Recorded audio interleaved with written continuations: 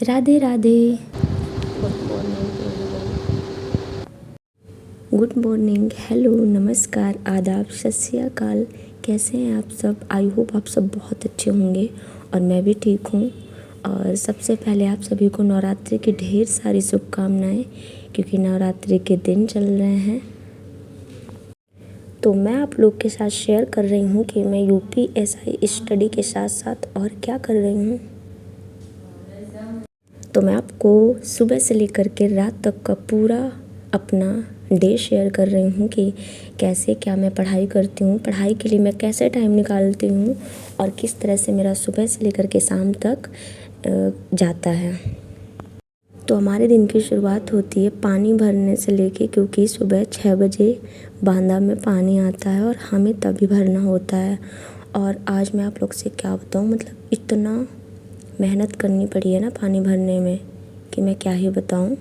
और दीदी घर पे थी, मैं सिर्फ बांदा में थी, तो मुझे इतनी मेहनत करनी पड़ी है कि मेरी वाट लग गई है सच में। तो सबसे पहले मैंने किसी तरह से पानी भरा, क्योंकि नीचे पानी आ नहीं रहा था। फिर ऊपर जाना पड़ा मुझे, और ऊपर शायद नल में कोई ख़राबी थी बीच वाले पोर्शन में, तो यहाँ पे पानी नहीं आ रहा था। तो फिर मैं ऊपर गई, ऊपर से टांग के, और जीना से लेके आने में मेरी हालत ख़राब हो गई है, क्योंकि ये सब आदतें छूट गई हैं और इस तरह कभी इतना मतलब पानी के लिए इतनी मेहनत नहीं करनी पड़ी है। तो किसी तरह से पानी ले के आई हूँ और कमरे में झाड़ू पोछा किया और नाश्ता किया, और उसके बाद पढ़ाई करने बैठ गई। तो मुझसे एक साथ लगातार पढ़ाई नहीं होती है कि मैं 4-4 5-5 घंटे पढूं।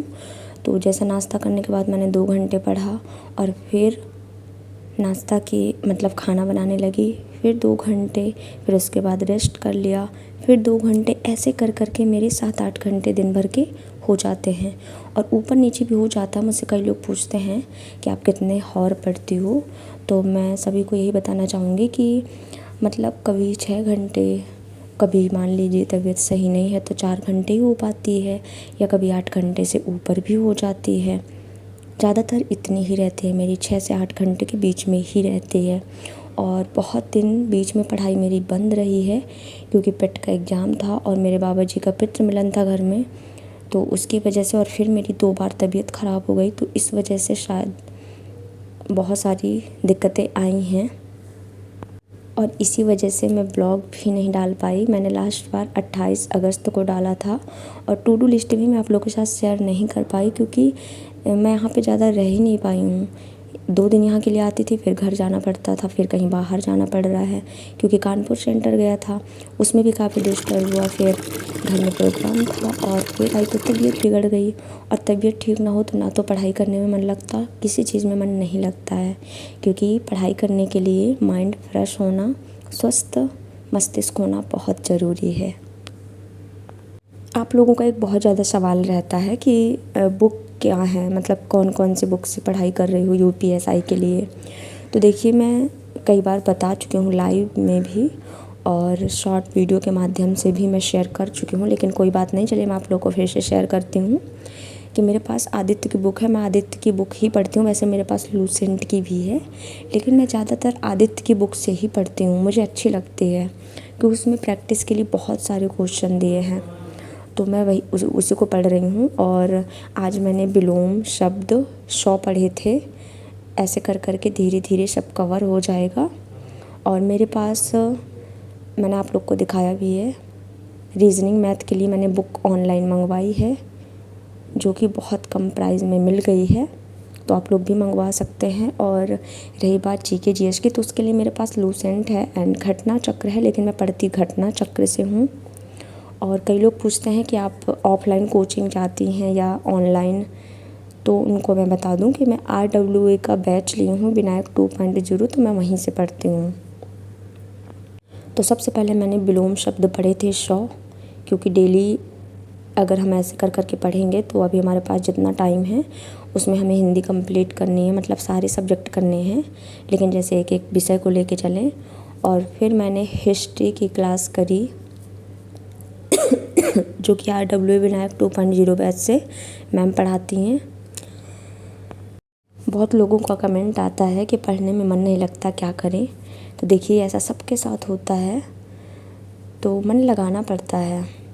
आप ज़बरदस्ती बैठ के पढ़िए, आपका जो फेवरेट सब्जेक्ट हो आप उससे शुरुआत करिए। जब आपका पढ़ाई में मन ना लगे, ऐसा लगे कि बिल्कुल नहीं पढ़ना, तो आप यूट्यूब पे कोई वीडियो चालू कर लीजिए, मतलब पढ़ाई करने के लिए। जैसे पॉलिटी की कोई क्लास चालू कर लीजिए, या कोई भी सब्जेक्ट की मूल विधि, जो भी आपको मतलब थोड़ा सा इंटरेस्टिंग लगे आप वो क्लास चालू कर लीजिए।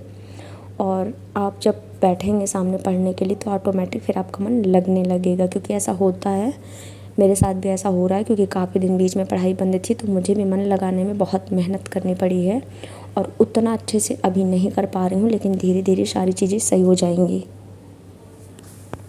मैथ के लिए आप लोग मुझे भी बताइएगा, क्योंकि मैंने बुक तो मंगवा ली है प्रैक्टिस के लिए। मेरे पास कोई बुक नहीं थी जिससे मैं प्रैक्टिस कर सकूँ, तो मैंने बुक मंगवा ली है आदित्य रंजन सर की। लेकिन आप लोग मुझे थोड़ा सा ये भी बताइएगा कि मतलब मैं और क्या करूँ अपनी मैथ सही करने के लिए, क्योंकि मेरी मैथ बहुत कमज़ोर है, मतलब बहुत ज़्यादा।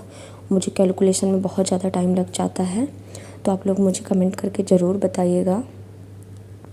और आप लोग रात में पढ़ाई करते हैं या दिन में, ये भी मुझे कमेंट करके ज़रूर बताइएगा। तो बने रहिए वीडियो में लास्ट तक और देखिए कि मैं कैसे क्या करती हूँ। मैंने पूरा इस वीडियो में शेयर करने की कोशिश की है, हालांकि मेरी तबीयत अभी उतनी सही नहीं है, लेकिन फिर भी मैंने पूरी कोशिश की है पढ़ाई के साथ साथ आप लोग के साथ शेयर करने के लिए। क्योंकि मेरे पास कई लोगों के कमेंट भी आते हैं, कई भाई बहनों के, कि दीदी आपने बंद क्यों कर दिया, आपने टू डू लिस्ट शेयर करना बंद कर दिया, ना ही आपके ब्लॉग आ रहे हैं। तो इसलिए मैंने बहुत मेहनत करके ये वीडियो बनाया है, तो इसे लास्ट तक ज़रूर देखिएगा।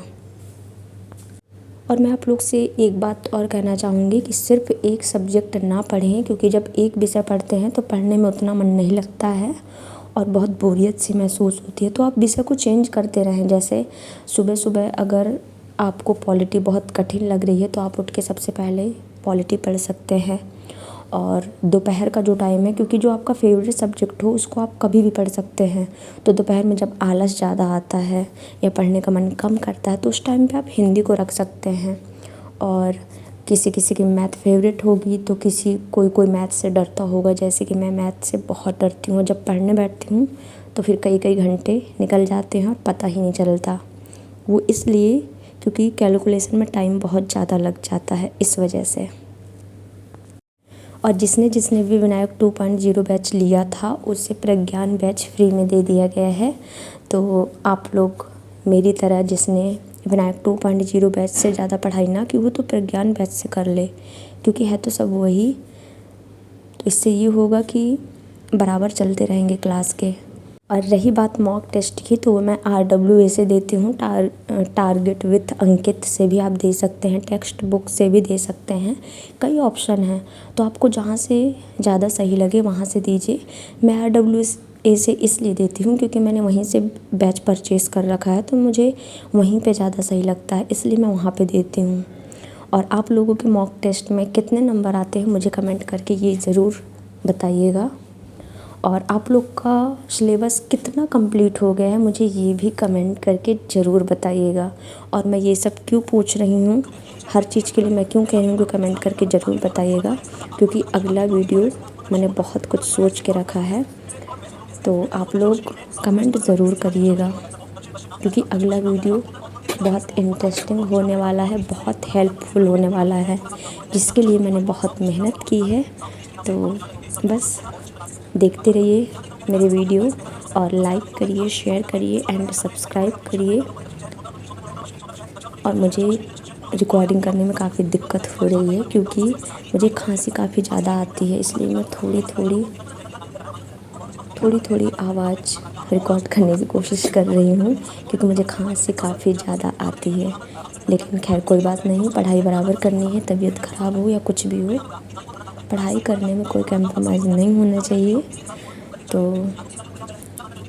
आप लोग भी अच्छे से पढ़िए और कमेंट करके ज़रूर बताइए आप लोग कहाँ से पढ़ रहे हैं, कैसे पढ़ रहे हैं, मॉक टेस्ट में कितने नंबर आ रहे हैं, किस प्लेटफॉर्म से पढ़ रहे हैं, आप सब मुझे कमेंट करके ज़रूर बताइए। और मैं कंटिन्यू करने की कोशिश करूँगी, ब्लॉग लाने की भी कोशिश करूँगी, डेली तो नहीं लेकिन हाँ 2-3 दिन में एक छोटा सा वीडियो लाने की कोशिश करूँगी। और टू डू लिस्ट शेयर करने की भी कोशिश करूँगी।